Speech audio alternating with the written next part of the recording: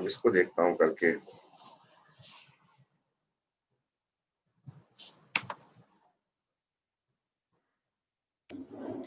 अस्सलाम वालेकुम बेटा। Today will start the structures. Bonding में जो हमने कंपाउंड देखे हैं सारे के सारे, they have several type of bonding. और उसके बाद जो हम उनको स्ट्रक्चर्स में डिवाइड करते हैं तो सम स्ट्रक्चर्स आर मेगा स्ट्रक्चर्स, बहुत बड़े बड़े स्ट्रक्चर्स होते हैं, जैसे आयनिक कंपाउंड के स्ट्रक्चर हो गए, मेटालिक स्ट्रक्चर हो गए। And some structures are very simple, बहुत छोटे होते हैं, जैसे वाटर का स्ट्रक्चर हो गया जैसे आयोडीन का स्ट्रक्चर हो गया। तो इन स्ट्रक्चर्स के बारे में बात करनी है, तो इसको जो है हम कंटिन्यू करते हैं। और यहाँ पर इसमें जो है हमने कुछ काम किया था ओ लेवल्स में, उसका भी बता दूं आपको। दैट वाज मैक्रोमोलिकुलर स्ट्रक्चर हमने किए थे, डायमंड, ग्रेफाइट, वो भी यहाँ पे सारे आएंगे। तो हमने स्ट्रक्चर्स के ऊपर भी हमारे पास अच्छे खासे क्वेश्चन आते हैं, ड्रॉ करने के लिए भी आ सकता है, और उसके ऊपर डिटेल में जो बात होगी तो उसको हम लेके चलते हैं, कंटिन्यू करते हैं इसको। तो स्ट्रक्चर्स पे हम जो है काम करते हैं, यहाँ पर एक पेज इंसर्ट कर लेते हैं। और इसमें जो है हम आपको एक्सप्लेन करने की कोशिश करते हैं। तो पहली बात जो है कि बॉन्डिंग के साथ एक टॉपिक अटैच्ड है, and that is structures. Structures जो है हमारे पास दो टाइप के होते हैं।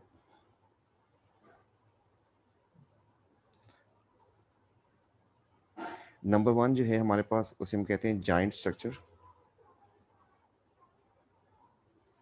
नंबर टू को हम कहते हैं सिंपल स्ट्रक्चर। देखिए ये बात ज़हन में रख लें कि सिंपल तो कंफर्म जो है हमारे पास एक ही चीज़ है, एंड दैट इज कोवलेंट में आएंगे। सिंगल हो ही, सिंपल जो है वो कोवेलेंट ही हो सकते हैं। जबकि जाइंट की कैटेगरीज में जाते हैं और सिंपल की कैटेगरी में जाते हैं, तो ऐसा स्ट्रक्चर जो आपको शॉर्टकट में जो आप बताने की कोशिश करेंगे, दैट इज कि अगर आप ड्रॉ करने की कोशिश करें, it is extended structure.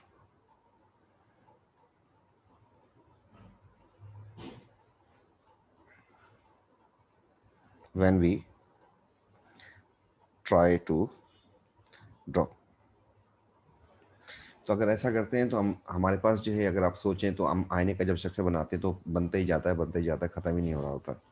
Metallic का स्ट्रक्चर भी जो है positive ions and sea of electron आप बनाते जाएं, खत्म ही नहीं हो रहा होता। डायमंड का स्ट्रक्चर जो है वो एक्सपेंशन पे जा रहा होता है। तो ये चीज़, और सिंपल जो है, they are discrete small molecules, जिसको मैं यहाँ पर शॉर्टकट में लिखता हूँ कि इनकी स्ट्रक्चर जो है एंडिंग होती है if draw, if we draw them. तो अब जो है थोड़ा सा आगे एलोबरेट करते हैं, तो जाइंट में हमारे पास क्या क्या आ सकता है। जाइंट में हमारे पास फर्दर कैटेगरीज में जो हमारे पास आ सकते हैं वो हैं, number one ionic, number two metallic. Confirm हमेशा जो भी जाइंट, जो भी आयनिक होगा या मेटालिक होगा, वो कंफर्म हमारे पास जाइंट में चला जाएगा। इस तरीके से इसमें एक चीज़ और आ जाती है, and that is macro molecules. अब इसमें जब मॉलिक्यूल का टर्म आ गया, इसका मतलब ये हो गया कि ये बॉन्डिंग जो है कोवेलेंट हो गई यहाँ पर। तो आयनिक का स्ट्रक्चर कैसा होता है, आयनिक का स्ट्रक्चर आप लोगों को अगर याद है तो इस तरीके से, बल्कि हम जो है इस तरीके से पूरा लैटिस होता है आयंस का, और इसमें जो है इफ़ यू हैव सोडियम, तो उसकी सराउंडिंग में सारे के सारे क्या आ जाएंगे, क्लोराइड आ जाएंगे। एंड क्लोराइड की सारी सराउंडिंग में क्या आ जाएंगे, सोडियम। और अब मैं इसको खुद रोक दूं तो रुक जाएगा, वरना चलता ही जाएगा, ख़त्म नहीं होगा। तो पहली बात तो आयनिक स्ट्रक्चर जो है जॉइंट होते हैं। अगर हम मेटालिक की बात करते हैं, तो मेटालिक में आपको पता है कि पॉजिटिव आयंस होते हैं। और देखिए मैं इसको खुद स्टॉप करूंगा तो रुकेगा, वरना जो है आप जितना चाहे एक्सपेंशन पे चला जाए। और इसके बीच में जो है सी ऑफ इलेक्ट्रॉन होता है।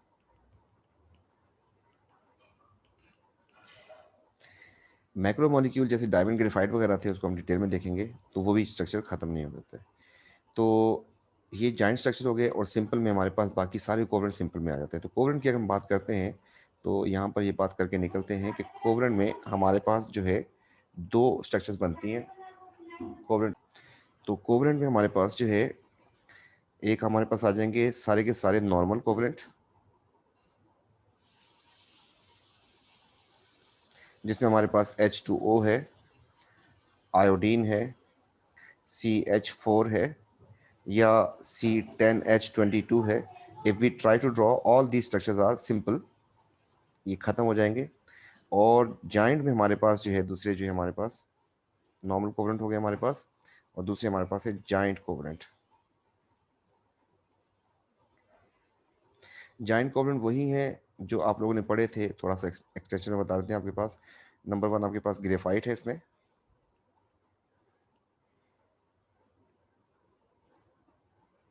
नंबर 2 आपके पास डायमंड है, नंबर 3 आपके पास सिलिकॉन कार्बाइड है, नंबर 4 जो है आपके पास सिलिकॉन कार्बाइड के साथ जो हमारे पास है सिलिकॉन डाइऑक्साइड सैंड हो गया। ठीक है, तो ये हमारे पास जाइंट स्ट्रक्चर्स हैं। तो आप ऐसे भी ध्यान में रख सकते हैं, इसमें एक और जो है सिलिकॉन भी है। तो ये सारे स्ट्रक्चर जो हैं हमने इनको जाइंट में कंसीडर किया है, और आपके पास यही लिस्ट है जिसको आपने लेके चलना है आगे। तो अगर आपसे कभी कहता है कि जाइंट कोवलेंट मॉलिक्यूल्स कौन से हैं, जाइंट कोवलेंट स्ट्रक्चर्स कौन से हैं, जाइंट मॉलिक्यूलर स्ट्रक्चर कौन से हैं, तो उनमें सिर्फ यही लिस्ट है जो आपको याद होनी चाहिए। तो अब इस बात को थोड़ा सा हम यहाँ पे पीछे आते हैं और आपको दिखाते हैं कि जाइंट स्ट्रक्चर्स में हमारे पास आयनिक हो गया, हमारे पास मेटालिक हो गया, एंड हमारे पास मैक्रोमोलिक्यूल हो गया। ये सारे के सारे जाइंट स्ट्रक्चर्स हैं। इसके बाद जो है जाइंट स्ट्रक्चर्स को थोड़ा सा और एलोबरेट किया तो हमने हमारे पास आ गया डायमंड, फिर हमारे पास आ गया ग्रेफाइट, फिर सैंड एंड सिलिकॉन यहाँ पे दिया हुआ है। तो ये 4 एग्जाम्पल हमारे पास हो गई जाइंट की। अब इसको हमें कभी कह सकते हैं ड्रॉ करने के लिए, तो इससे पहले कि हम इसको ड्रॉ करना, तो हम डायमंड ग्रेफाइट को पहले उसके डिफरेंसेस देख लें, उसके बाद हम चलते हैं आगे। तो हमारे पास एक टॉपिक था एलोट्रोप्स, एक हमने ओ लेवल में पढ़ा था एलोट्रोप। तो एलोट्रोप क्या चीज़ होती है? ये होता है डिफरेंट फॉर्म्स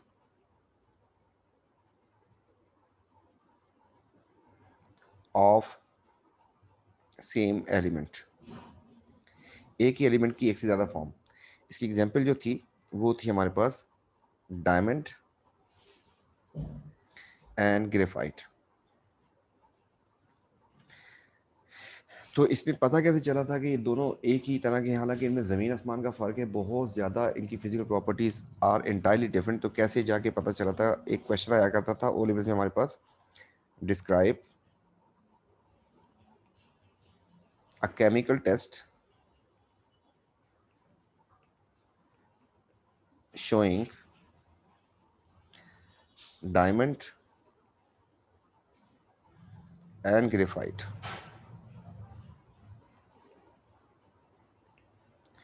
are allotropes। तो इसका आंसर ये था कि अगर आप किसी भी सब्सटेंस को जब आप जला देते हैं, ये आपके पास सब्सटेंस था अननोन, आप जब इसको जला देंगे तो आपके पास बन जाएगा उसके रिस्पेक्टिव ऑक्साइड। तो हमारे पास सिर्फ कार्बन डाइऑक्साइड बनी थी डायमंड या ग्रेफाइट को जलाने से। तो इसका मतलब ये हुआ कि दिस सब्सटेंस इज कार्बन। तो हमने जब डायमंड को जलाने की कोशिश की, बर्न करने की कोशिश की, चाहे ये डायमंड हो या ग्रेफाइट हो, आइदर डायमंड और graphite, in both the cases we got same thing. जैसे ये पता चला कि ये, तो इसका हम जो इंग्लिश में लिखेंगे इसका आंसर वो बन जाएगा हमारे पास, on combustion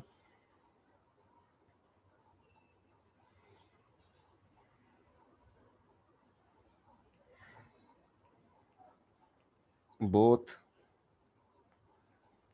produce carbon dioxide as an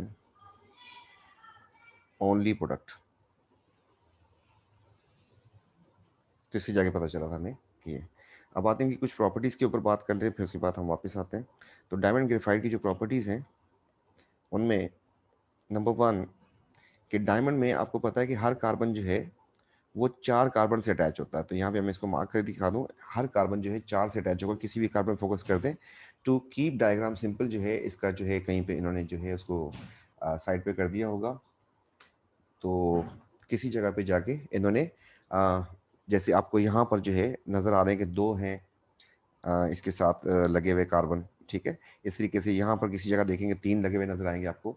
to keep the structure simplified, वरना जो है हर कार्बन चार कार्बन से अटैच्ड होता है। तो जबकि ग्रेफाइट में अगर देखें तो ग्रेफाइट में एक कार्बन तीन से अटैच होता है, ये सारी बातें आपको पता है। तो ग्रेफाइट में हर कार्बन जो है वो तीन कार्बन से अटैच होगा, एक दो और तीन। तो किसी भी जगह से फोकस करके देखें तो ऐसे ही चलता रहेगा। इनमें एक एक इलेक्ट्रॉन बच जाता है हर कार्बन के एटम से, एंड ये स्ट्रक्चर में डीलोकलाइज हो जाता है, जिसकी वजह से कंडक्शन ऑफ इलेक्ट्रिसिटी होती है। तो दोनों प्योरेस्ट फॉर्म है कार्बन की, ये भी है और ये भी प्योरेस्ट फॉर्म है। दोनों का फार्मूला सी होगा, इसका भी सी, इसका भी होगा। Covalent bond, each carbon atom is covalently bonded to four carbon atoms, जबकि यहाँ पर each carbon atom is covalently bonded to three other carbon atoms, remaining one electron in each carbon atom. ये बहुत इंपॉर्टेंट चीज़ है कि सिर्फ एक नहीं होता, इसमें बहुत सारे होते हैं। ईच कार्बन एटम से जो इलेक्ट्रॉन बचता है that is delocalize in the structure and responsible for additional properties like it start to conduct, ये कंडक्शन स्टार्ट हो जाती है इसमें। तो ये दो बातें हो गई। इसके बाद जो है यहाँ पर देखते हैं बॉन्ड लेंथ की बात हो रही है, बॉन्ड लेंथ या बॉन्ड एनर्जी की बात हो रही है। तो due to normal covalent bond the bond length is this, जबकि इसमें बॉन्ड लेंथ इसमें भी कार्बन कार्बन की सेम होनी चाहिए थी। देखें दोनों केसेस में आपके पास कार्बन ही तो बॉन्ड बना रहा है, बस इसमें तीन बना रहा है जबकि इसमें चार बना रहा है। इस बेस के ऊपर इनकी बॉन्ड लेंथ या bond energy should be same, लेकिन ये सेम नहीं हो रही। ये थोड़ा सा इसकी जो बॉन्ड लेंथ है वो ज़्यादा हो रही है। अगर बॉन्ड लेंथ जो है वो ज़्यादा हो रही है, इसका मतलब कि बॉन्ड एनर्जी जो है वो इसकी कम है, जबकि इसमें बॉन्ड लेंथ जो है वो कम है, इसका मतलब इसकी बॉन्ड एनर्जी जो है वो ज़्यादा हो जाएगी, ठीक है। तो ये थोड़ा सा जो डिफरेंस आया है, इसकी क्या एक्सप्लेनेशन दें कि बॉन्ड एनर्जी या बॉन्ड लेंथ जो है इनकी डिफरेंट क्यों है। तो यहाँ पर ये क्वेश्चन जो है मैं यहाँ पे लिख रहा हूँ, जहाँ पे मैंने क्वेश्चन लिखा था कि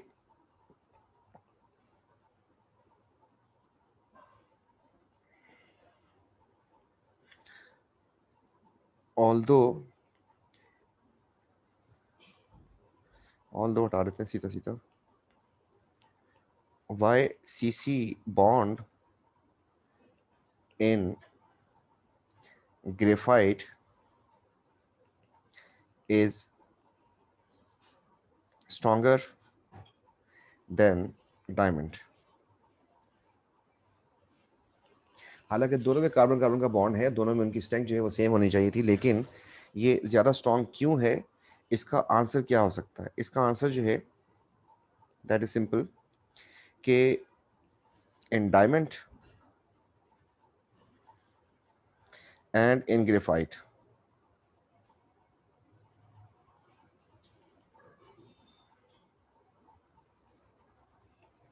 देखिए इसमें हर कार्बन जो है वो चार कार्बन से अटैच्ड है और कुछ नहीं बचा, जबकि यहाँ पर हर कार्बन जो है वो तीन कार्बन से अटैच्ड है।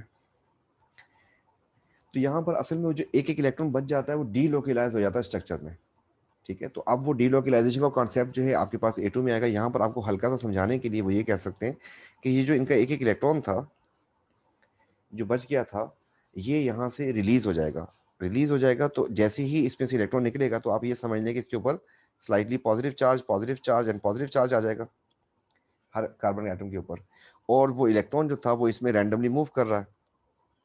तो इस तरीके से रैंडमली इलेक्ट्रॉन, तो इसमें थोड़ा सा मेटेलिक करेक्टर डेवलप हो जाता है, जिसकी वजह से यहाँ पर तो सीसी बॉन्ड जो है वो सीसी बॉन्ड ही रहता है, जबकि यहाँ पर सीसी बॉन्ड थोड़ा सा मजबूत हो जाता है। किस वजह से, इसमें थोड़ा सा मेटेलिक करेक्टर आ जाता है। तो इसलिए आपको जो इसके लिए एनर्जी चाहिए होगी, तो इसके लिए एनर्जी जो है दैट इज लेस रिक्वायर्ड, जबकि यहाँ पर आपको एनर्जी जो चाहिए होगी दैट इज एनर्जी जो है आपको मोर एनर्जी चाहिए होगी। या फिर बॉन्ड लेंथ की बॉन्ड एनर्जी की बात कर सकते हैं दोनों, तो बॉन्ड एनर्जी की टर्म में कर दें। तो इसलिए इसका जो है मामला ये कि इसमें डीलोकलाइज इलेक्ट्रॉन की वजह से ऐसा होता है। तो यहाँ पर वापस आते हैं हम लोग। तो यहाँ पर ये बात लिखी हुई है कि due to normal covalent bond bond length is this much, जबकि यहाँ पर C C bond length is this, each carbon set free its own electron in the structure which provide extra strength to C C bond. The CC bond of graphite is stronger. ठीक हो गया। यहाँ पर इसमें आपके पास चार, एक carbon चार से अटैच्ड है, तो इसमें एंगल जो है आपको पता है कि टेट्राहेड्रल हो जाएगा, और 109.5 का जो है एंगल हो जाएगा, शेप का नाम जो है टेट्राहेड्रल हो जाएगा। तो टेट्राहेड्रल अरेंज होते हैं। जबकि यहाँ पर अगर एक तीन से अटैच है, तो यहाँ पर आपको पता है ये इसका इलेक्ट्रॉन बचा था,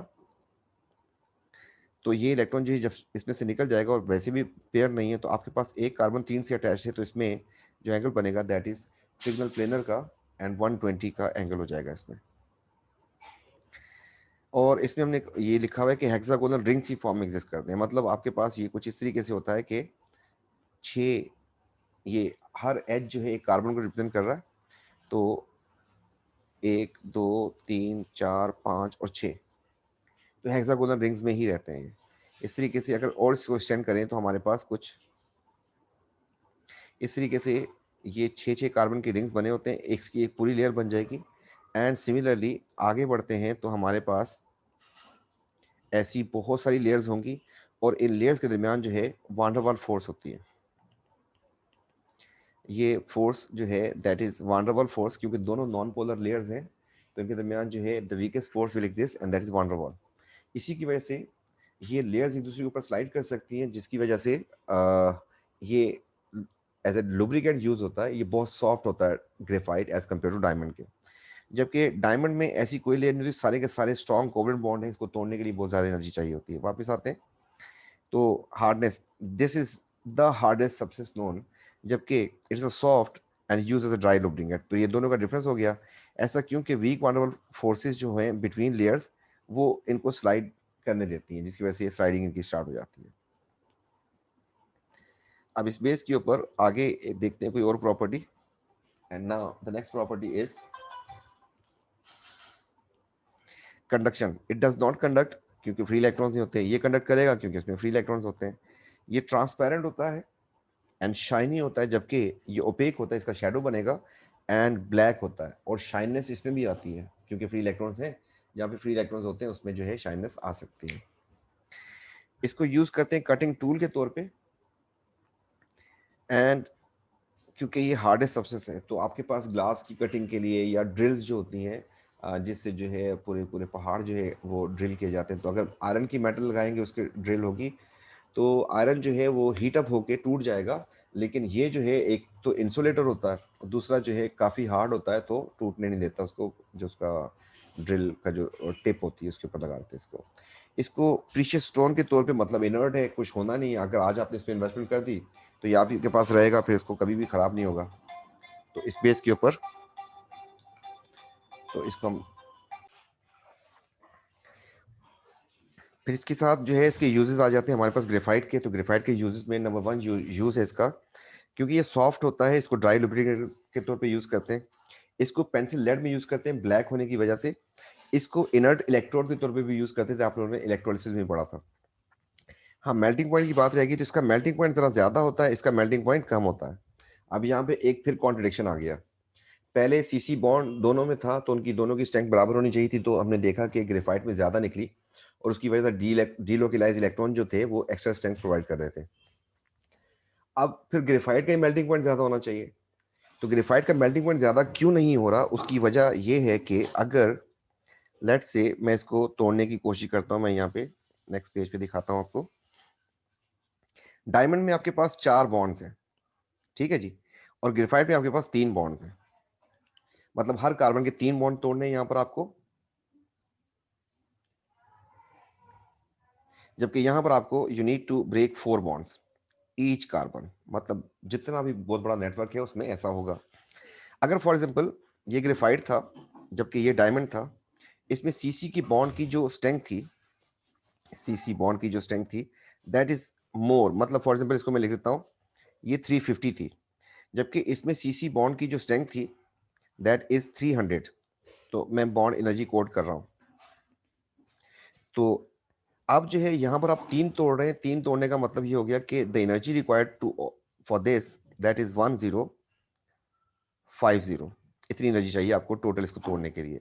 जबकि यहाँ पर for this you need 1200 energy. तो क्या रीजन बना इसका? रीजन इसका बन गया कि क्योंकि यहाँ पर more bonds need to be break, तो मोर एनर्जी इज रिक्वायर्ड, जबकि इस वाले में ग्रेफाइट में आपके पास बॉन्ड स्ट्रेंथ तो ज्यादा है, लेकिन बॉन्ड एनर्जी कम, उसकी जो मेल्टिंग पॉइंट जो है कम होने की वजह, क्योंकि आपको बॉन्ड का जो नंबर है जिसको ब्रेक करना है वो कम है आपके पास। तो देखते हैं यहाँ पर हमारे पास कुछ क्वेश्चंस होंगे। Number 1 question, describe a chemical test which shows diamond and graphite are allotropes on combustion both produce carbon dioxide as an only product. तो आपको बताया ग्रेफाइट को जलाया या डायमंड को जलाया तो आपके पास दोनों में कार्बन डाइऑक्साइड बन रही है, इसका मतलब कि दोनों में सिर्फ कार्बन है, तो इससे पता चला कि एक ही एलिमेंट है। अगर कार्बन के अलावा कोई और चीज बनती तो किसी और चीज का ऑक्साइड बन जाता, तो उससे हमें पता चलता कि ये कोई और चीज है। Why diamond and graphite have a very high melting point. तो ये क्वेश्चन जो है आप लोग ओ लेवल से करते हुए आ रहे होते हैं, तो इसमें जो है छोटी सी गलती करते हैं आप लोग, मैं आपको बता देता हूँ। इसमें आपको एक तो मार्क देना उसने कि मैनी, और दूसरा देना है कि स्ट्रॉन्ग कोवलेंट बॉन्ड। देखिए बॉन्ड जो है इसका तोड़ना जो है वो कोवलेंट बॉन्ड है, दैट इज वेरी स्ट्रॉन्ग, उसको तोड़ना है।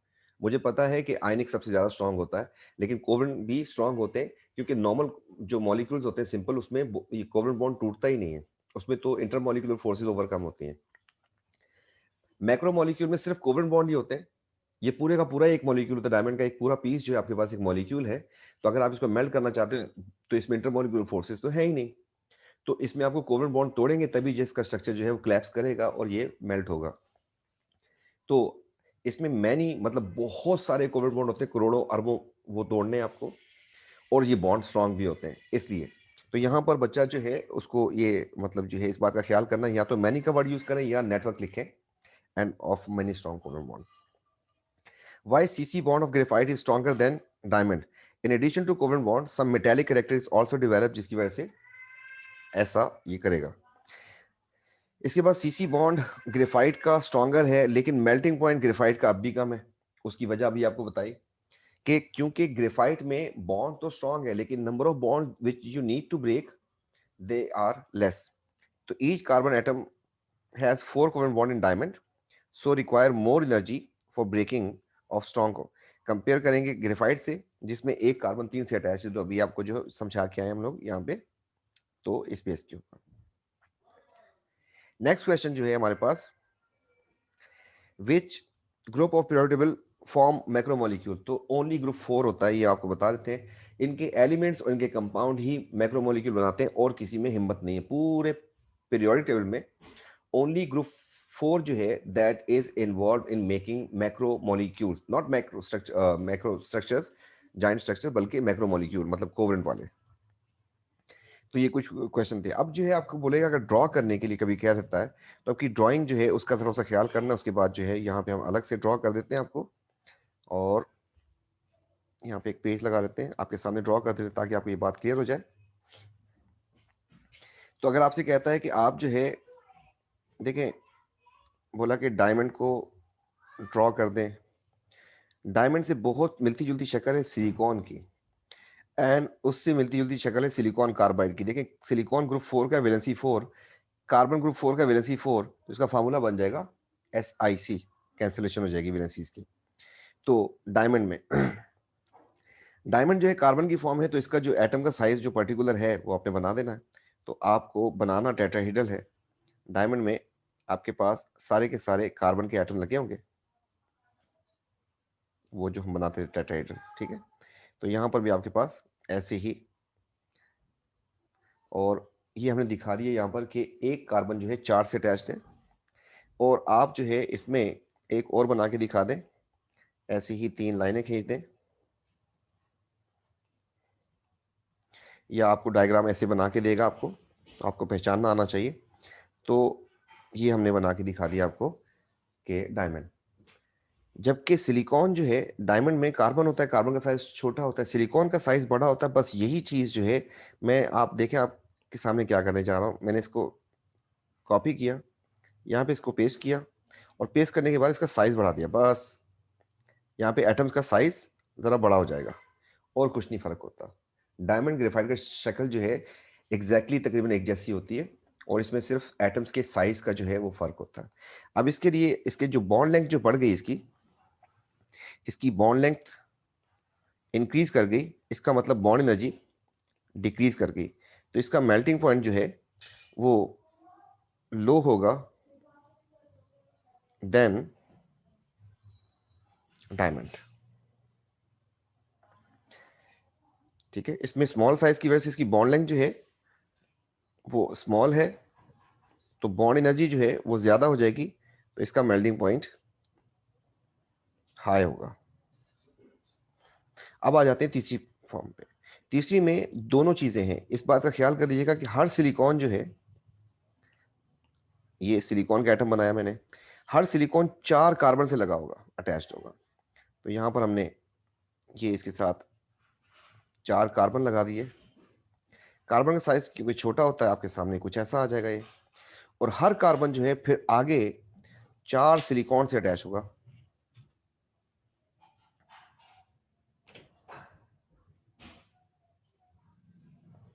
तो इसमें छोटे और बड़े साइज आएंगे आपके पास। ये सिलिकॉन का साइज है, तो यू कैन सी कि there are 4 silicon which are attached to one carbon atom, and similarly 4 carbon atoms are attached to each silicon. और ये स्ट्रक्चर बढ़ता जाएगा, हमने खुद रोका है और सिंप्लीफाइड फॉर्म में बनाने की कोशिश की है, तो ये हो गया हमारे पास ये। इसके बाद जो है नेक्स्ट 2 मॉलिक्यूल्स जो है उसको बनाने की कोशिश करते हैं, तो हमारे पास रह गया है एक सैंड, SiO2। ये जॉइंट स्ट्रक्चर होता है। इसमें आपको क्या करना है, इसमें आपको बड़े प्यार से बस सिलिकॉन लिखना है, मतलब हम सर्कल्स लगा देते हैं, तो आप सीधा स्ट्रक्चर बना देते हैं जो आपको ड्रॉ करना आसान हो। तो ये मैंने सिलिकॉन लिखा, ये फिर सिलिकॉन लिखा, और ये फिर सिलिकॉन लिखा। सिमिलरली यहाँ पर भी सिलिकॉन और सिलिकॉन और सिलिकॉन। यू नो कि सिलिकॉन की वैलेंसी कितनी होती है, 4 होती है। तो हर सिलिकॉन के अराउंड 4 डंडी आएंगी।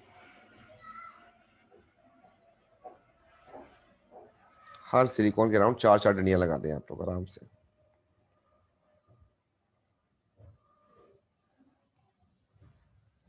बस इस बात का ख्याल करते हुए कि सिलिकॉन और दूसरे सिलिकॉन से जब जुड़ेगा तो उसके बीच में जो है आपके पास लाजमी ऑक्सीजन इन्वॉल्व होगा। ऑक्सीजन के थ्रू जुड़ेंगे, खुद डायरेक्ट नहीं जुड़े होते, बस इतना सा फर्क होता है। तो ये सिलिकॉन और इसका स्ट्रक्चर तकरीबन एक जैसा ही हो जाता है, सिलिकॉन डाइऑक्साइड का, बस बीच में आ जाते हैं ऑक्सीजन के एटम्स। और हर सिलिकॉन 4 ऑक्सीजन से, और हर ऑक्सीजन जो है 2 सिलिकॉन से अटैच होगी। इस तरीके से ऑक्सीजन की वैलेंसी भी पूरी होती जा रही है और सिलिकॉन की वैलेंसी भी। तो आपको इतना बड़ा स्ट्रक्चर बना के दिखाने की जरूरत नहीं है। इसी बात को हम कुछ ऐसी ऐसे भी बना के दिखा सकते थे, ये तो अभी हमने ज्योमेट्री नहीं दिखाई इसमें। तो नंबर 1 के ये सिलिकॉन है, ये सिलिकॉन, सिलिकॉन, सिलिकॉन, एंड बीच में आपके पास आ रहे हैं कार्बन, और sorry oxygen, oxygen, oxygen, oxygen, oxygen, oxygen. So either you can draw this way simplified form में, या फिर अगर आप इसको कॉम्प्लिकेटेड करना चाहते हैं तो फिर ऐसे कर सकते हैं कि सिलिकॉन जो है वो दूसरे सिलिकॉन से अटैच्ड होगा लेकिन थ्रू ऑक्सीजन। इसमें अब मैं एंगल शो कर रहा हूँ बस, और कोई फर्क नहीं है। तो सिलिकॉन की वैलेंसी 4 है,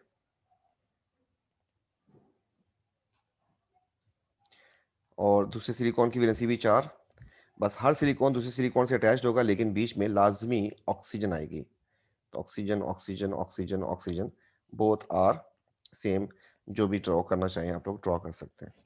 तो ये हो गया इसका। इसके बाद जो है ग्रेफाइट की शक्ल जो है वो आपको पता है कि वो सिंपल सी, उसमें आपको हेक्सागोनल रिंग्स बना के बीच में वाटर बॉल शो करनी होती है। तो इस तरीके से जो है ये वाला मामला हो जाएगा हमारा।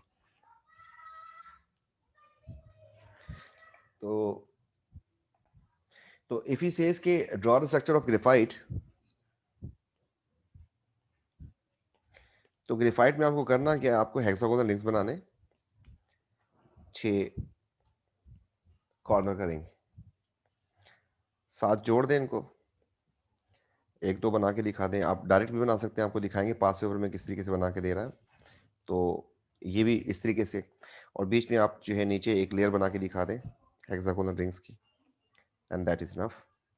और यहाँ पर आप सही तरीके से लेबलिंग कर देंगे कि इनके दरमियान जो फोर्स है दैट इज वान डर वाल, दिस इज वान डर वाल फोर्स।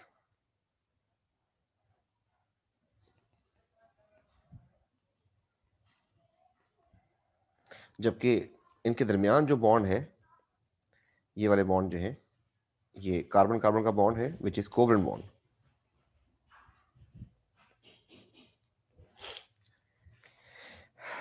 अब जो है इनकी कुछ प्रॉपर्टीज देख लेते हैं। जाइंट जो मॉलिक्यूल्स हैं, जाइंट मॉलिक्यूल, उनकी प्रॉपर्टी नंबर वन सॉलिड होंगे, ठीक है, सॉलिड होंगे, जैसे डायमंड, ग्रेफाइट, सैंड हो गया।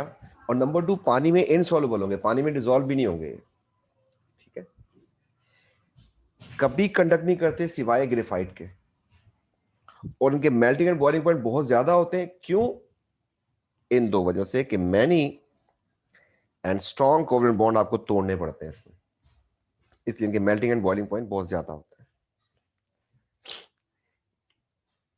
अब इसके बाद जो है हमारे पास ये बात आपको बता देते हैं यहां पर कि जिस चीज को हमने समझा था कि बहुत बड़ी बला है, दैट वाज हाइड्रोजन बॉन्डिंग। एक बात याद रखिए कि एक इंटरएटॉमिक फोर्स है हमारे पास, एक है इंटरमोलिकुलर फोर्स। इंटरमोलिकुलर फोर्सेस में हाइड्रोजन बॉन्ड सबसे ज्यादा स्ट्रांग होता है, उसके बाद डायपोल होता है या परमानेंट डायपोल, और सबसे वीक जो होता है वान डेर वाल फोर्स। तो इस पूरे यूनिवर्स में जो वीकेस्ट फोर्स है दैट इज वान डेर वाल फोर्स। एक के प्रोटॉन दूसरे के इलेक्ट्रॉन को जो अट्रैक्ट कर रहे होते हैं या हल्का सा जो चार्ज आ रहा होता है। तो ये बिटवीन मॉलिक्यूल हो गया। बिटवीन एटम सबसे ज्यादा स्ट्रांग होता है आयनिक बॉन्ड, मतलब आयनिक वालों के मेल्टिंग एंड बॉइलिंग पॉइंट बहुत ज्यादा होंगे। दूसरे नंबर पे आ जाएगा मेटेलिक, और तीसरे नंबर पे आ जाएगा कोवलेंट। अब इनके दरमियान गैप देखें मैंने कितना रखा है। देखिए हाइड्रोजन बॉन्ड जिसको हम समझ रहे थे बहुत कुछ कर देता है, तो क्या कर देता है, वाटर का मेल्टिंग पॉइंट कितना है, zero, just zero. And boiling point water का जस्ट 100 है। तो कोवलेंट बॉन्ड तो बहुत स्ट्रांग होता है, आप किसी मैक्रोमोलिक्यूल को उठाएं उसका मेल्टिंग पॉइंट जो है 2500 से ऊपर जाएगा। तो जिस वक्त आपका आयरन मेल्ट होके फिर बॉयल होके गैस में कन्वर्ट हो जाएगा, मतलब आप जिस घर में बैठे हैं वो सारे का सारा जो है उसका वो गैस बन के निकल जाए, पूरे का पूरा घर, आप भी ना हो वहां पे, उस वक्त भी मैक्रोमोलिक्यूल को कुछ नहीं होता, ठीक है। तो इनके मेल्टिंग एंड बॉइलिंग पॉइंट बहुत ज्यादा होते हैं क्योंकि बहुत ज्यादा तोड़ने होते हैं। देखिए एक हाइड्रोजन बॉन्ड से एक कोवलेंट बॉन्ड जो है 200 टाइम स्ट्रॉन्गर होता है, ठीक है। तो there is no comparison between intermolecular forces and interatomic forces. तो इसके बाद जो है कुछ सिंपल मॉलिक्यूल भी दिखा देते हैं आपको। सिंपल मॉलिक्यूल वो होते हैं जिनकी स्ट्रक्चर बनाए और एंड हो जाए, तो उसे हम कहते हैं सिंपल मॉलिक्यूल। और सिंपल मॉलिक्यूल में हमारे पास weak van der Waals forces होती है नॉर्मली। तो आपको दिखा देते हैं simple molecule, the molecule with a covalent bond where structures are very simple and ending the molecules held together by intermolecular forces। ये S8 का स्ट्रक्चर हो गया, ये P4 का हो गया, I2 एंड H2O तो आपके लिए आसान था। एलोट्रोप की डेफिनेशन जो है हमने यहाँ पे लिखी थी, उसके बाद इसको लेके गए थे जो आपको भी बताया हमने। ये दो स्ट्रक्चर्स तो आपके पास बहुत आसान है, ये चार जो मैंने बना के दिखाए इस तरीके से आप लोग इसको बना सकते हैं। देखते हैं बना सकते हैं कि नहीं। मैंने जो चार स्ट्रक्चर लिखे हैं इसमें आपके पास नया काम जो हो गया दैट इज, एक आपके पास आ गया एग्जाम्पल दिया मैंने S8, जस्ट 8 एटम्स का स्ट्रक्चर है, खत्म हो जाएगा। दूसरा जो है P4 है, फिर I2 एंड H2O, इसमें कुछ तो आपको आता है दैट इज H2O का स्ट्रक्चर कैसा होगा, एक H2O का मॉलिक्यूल हो गया, फिर दूसरा इस तरीके से H2O का मॉलिक्यूल हो गया। तो पानी में या गैसियस फॉर्म में इनके दरमियान ये स्ट्रक्चर चल रही होती है। Both are independent molecules which can move apart from each other easily and if you melt or boil them, तो आपको सिर्फ इसमें इनके दरमियान जो फोर्स होती है वो फोर्स तोड़नी होती है, and that force in this case is hydrogen bond. इस तरीके से आयोडीन का मॉलिक्यूल बनाने की कोशिश करते हैं, तो आयोडीन दो एटम्स जुड़े हुए हैं बस, और बहुत सारे इस तरीके से आयोडीन के जो मॉलिक्यूल्स होंगे, क्योंकि नॉन पोलर है, इनके दरमियान जो फोर्स बन जाएगी दैट इज वान डेर वाल फोर्स, क्योंकि नॉन पोलर है। P4 की बात करते हैं तो P जो है फास्फोरस जो है ग्रुप 5 का है, वैलेंसी 3 होगी। तो आप एक काम करें कि 3 P दें और इस तरीके से कनेक्ट कर दें, तो हमारे पास 3 आ गए, 4 होने चाहिए थे। एक रखें सेंटर में और इससे सबको कनेक्ट कर दें। इस तरीके से अगर आप चेक करेंगे तो हर फास्फोरस की वैलेंसी 3 होनी चाहिए थी और हो रही है। तो इसके अराउंड 3 स्टिक्स आ रही है, इसके अराउंड 3 स्टिक्स आ रही है, इसके अराउंड 3 स्टिक्स आ रही है। तो कुछ इस तरीके से स्ट्रक्चर बन जाएगा इसका। और S8 की अगर बात करते हैं तो S8 में आपको एक बैड टाइप की चीज बनानी है, मतलब सल्फर और फिर सल्फर और इधर भी सल्फर। बिल्कुल इसके नीचे भी ऐसे ही कर दें, आप सल्फर लिखें, फिर सल्फर लिखें और फिर सल्फर लिखें, ऐसे कर दें इसको। अब आपके पास 6 हो गए। सल्फर ग्रुप 6 का वैलेंसी 2 होती है, तो हर सल्फर के अराउंड 2 स्टिक्स आनी चाहिए। ये टर्मिनल वाले जो है एक सल्फर से कनेक्ट कर दें इधर और एक कर दें इधर। तो इतना खूबसूरत बनाने की भी जरूरत नहीं है, मतलब इनके दरमियान जो है ये जैसा मॉलिक्यूल था, एक मॉलिक्यूल ये हो गया आपके पास। तो ये हमने कॉपी किया इसको और इसको मैंने यहाँ पे पेस्ट कर दिया। तो इस तरीके से बहुत सारे जब मॉलिक्यूल्स होंगे इनके दरमियान जो फोर्स डेवलप होगी that is again van der वाल। वजह उसकी ये है कि ये भी नॉन पोलर है। इस तरीके से फास्फोरस का जो मॉलिक्यूल होगा, ऐसे कई मॉलिक्यूल्स आप इसमें जुड़े हुए होंगे और इनके दरमियान भी जो फोर्स बनेगी दैट इज वान डेर वाल। Non polar molecule, same atoms non polar हो जाते हैं। तो ये हमारे पास इस तरीके से इसको। तो अब जो है इसमें इसकी रेलिवेंसी से जो क्वेश्चंस हैं, कुछ क्वेश्चन के ऊपर मैं क्लास रखूंगा, तो इंशाल्लाह जो है फिर नेक्स्ट क्लास में उसको हम कंटिन्यू करेंगे और लेके चलेंगे। तो यहाँ पर ऑलमोस्ट ये जो है मैक्रोमोलिक्यूलर स्ट्रक्चर्स जो हमारे पास डन हो चुके हैं। तो यहाँ पे एक बात बता के चले जाते हैं आपको, और वो ये है कि अगर आपको किसी चीज़ का मेल्टिंग एंड बॉइलिंग पॉइंट लिखना हो तो उसके लिए आपको एक की बता रहे हैं कि आपको बस ये लिखना है, आपके इंशाल्लाह मार्क्स पक्के हो जाएंगे। यही काम बच्चों को नहीं आता जो आपको अभी बताने जा रहे हैं। तो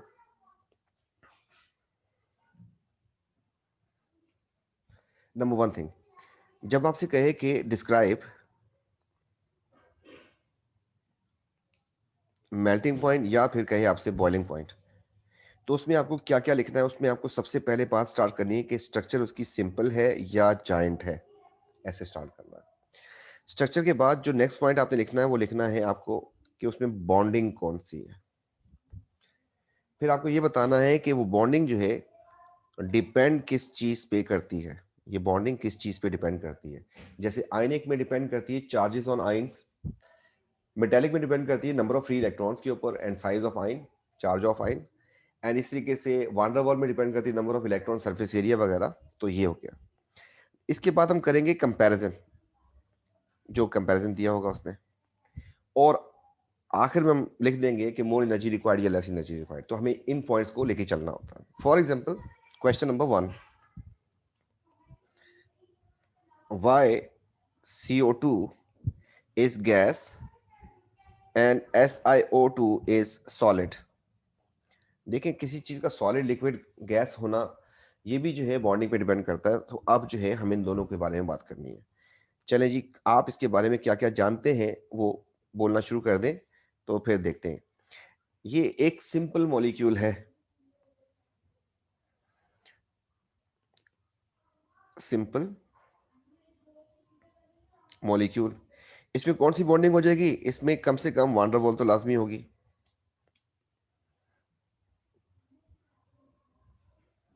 वान डेर वाल, वान डेर वाल किस पे डिपेंड करती है? वान डेर वाल डिपेंड करती है सरफेस एरिया और इलेक्ट्रॉन्स पे। क्योंकि दूसरे वाले में वान डेर वाल नहीं है तो इस बात को छोड़ देते हैं। तो यहाँ पे लिख देंगे, दूसरे वाले में आते हैं, दिस इज मैक्रोमोलिक्यूल।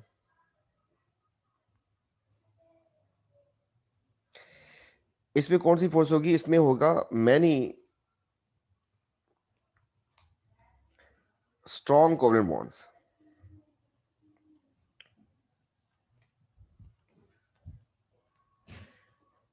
अब वान डेर वाल बहुत वीक होती है, ये बहुत स्ट्रांग होता है। तो बस इस बात को एलोबरेट करेंगे और हमारे पास इसका आंसर बन जाएगा। तो ये आपके पास जो पॉइंट्स देखने, वो यही देखने थे आपके पास कि इसमें एक मार्क आपके पास इसका हो जाएगा, एक मार्क इसका हो जाएगा, एक मार्क इसका हो जाएगा, और सिमिलरली एक मार्क जो है आपके पास इसका हो जाएगा। तो ये 4 या 3 या 2 मार्क का जो आता है, आपको ये बात लिखनी है, बस आपके पास मार्क्स बन जाएंगे इसके। तो मैं इसको अगर इंग्लिश में लिखने की कोशिश करता हूँ, आपके पास आंसर इसका बन जाएगा, CO2 is simple molecule with only weak van der Waals forces,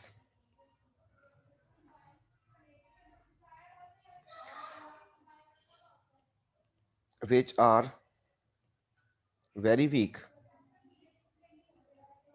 than strong covalent bonds of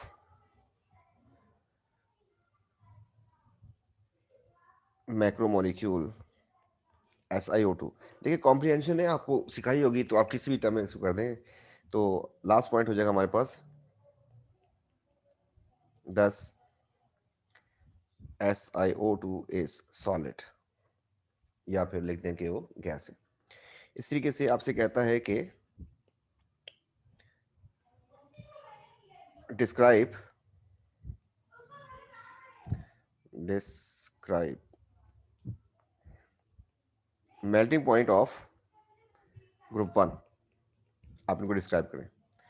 तो आपको पता है कि ये स्ट्रक्चर कैसी होंगी, सारे के सारे मेटल्स हैं, all they have giant metallic structures. Number 2 point हो जाएगा हमारे पास,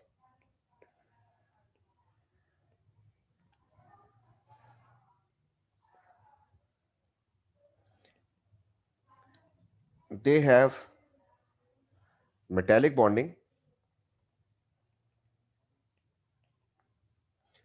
which depends on free electrons and charge density of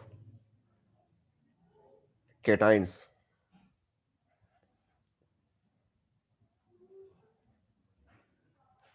Down the group, size of cations increases, so electrostatic forces becomes weak. तो नीचे की तरफ इनका साइज बढ़ता है। देखिए इलेक्ट्रॉन सबके कांस्टेंट होंगे, सब में ग्रुप 1 है तो सारे एक एक इलेक्ट्रॉन डिलोकलाइज करेंगे, फिर चार्ज भी सबके ऊपर +1 ही होगा। बस जो मेन जो फीचर आ रहा है वो है इनका साइज, नीचे साइज बढ़ जाएगा तो फोर्स वीक हो जाएगी। मतलब ये बात जो है मेटालिक बॉन्ड में आपको बताई थी कि हमारे पास ये 2 एटम हो गए और नीचे जो है यही एटम जो है बड़े साइज के हो जाएंगे बस। अगर चार्ज की बात करते हैं तो चार्ज दोनों पे सेम होगा। यहाँ पर हमारे पास था सोडियम और यहाँ पर भी सोडियम, तो एक एक इलेक्ट्रॉन हो गया। यहाँ पे पोटेशियम हो गया, यहाँ पे पोटेशियम, चार्ज सेम है। इलेक्ट्रॉन इसके दरमियान भी 2 आ रहे हैं, इसके दरमियान भी 2 आ रहे हैं, तो फोर्स जो है वो स्ट्रॉन्गर होगी ऊपर और नीचे जो है फोर्स वीक होती जाएगी। उसकी वजह क्या है कि चार्ज डेंसिटी कम होती जा रही है। And the last point will be, so melting point decreases down the group। तो इस तरीके से कुछ और क्वेश्चन भी आपको करवाएंगे और एलिमेंट्स पे भी लेके जाएंगे, बहुत सारे ग्रुप्स वगैरह ये सारा। तो आप इन बातों का ख्याल कर लें कि आपको जब लिखना होगा तो आप स्टार्ट करेंगे स्ट्रक्चर से, फिर बॉन्डिंग और फिर किस पे डिपेंड करता है और फिर कंपैरिजन। तो इंशाल्लाह फिर नेक्स्ट क्लास में जो है हम इसको कंटिन्यू करते हैं। थैंक यू, अल्लाह हाफिज़।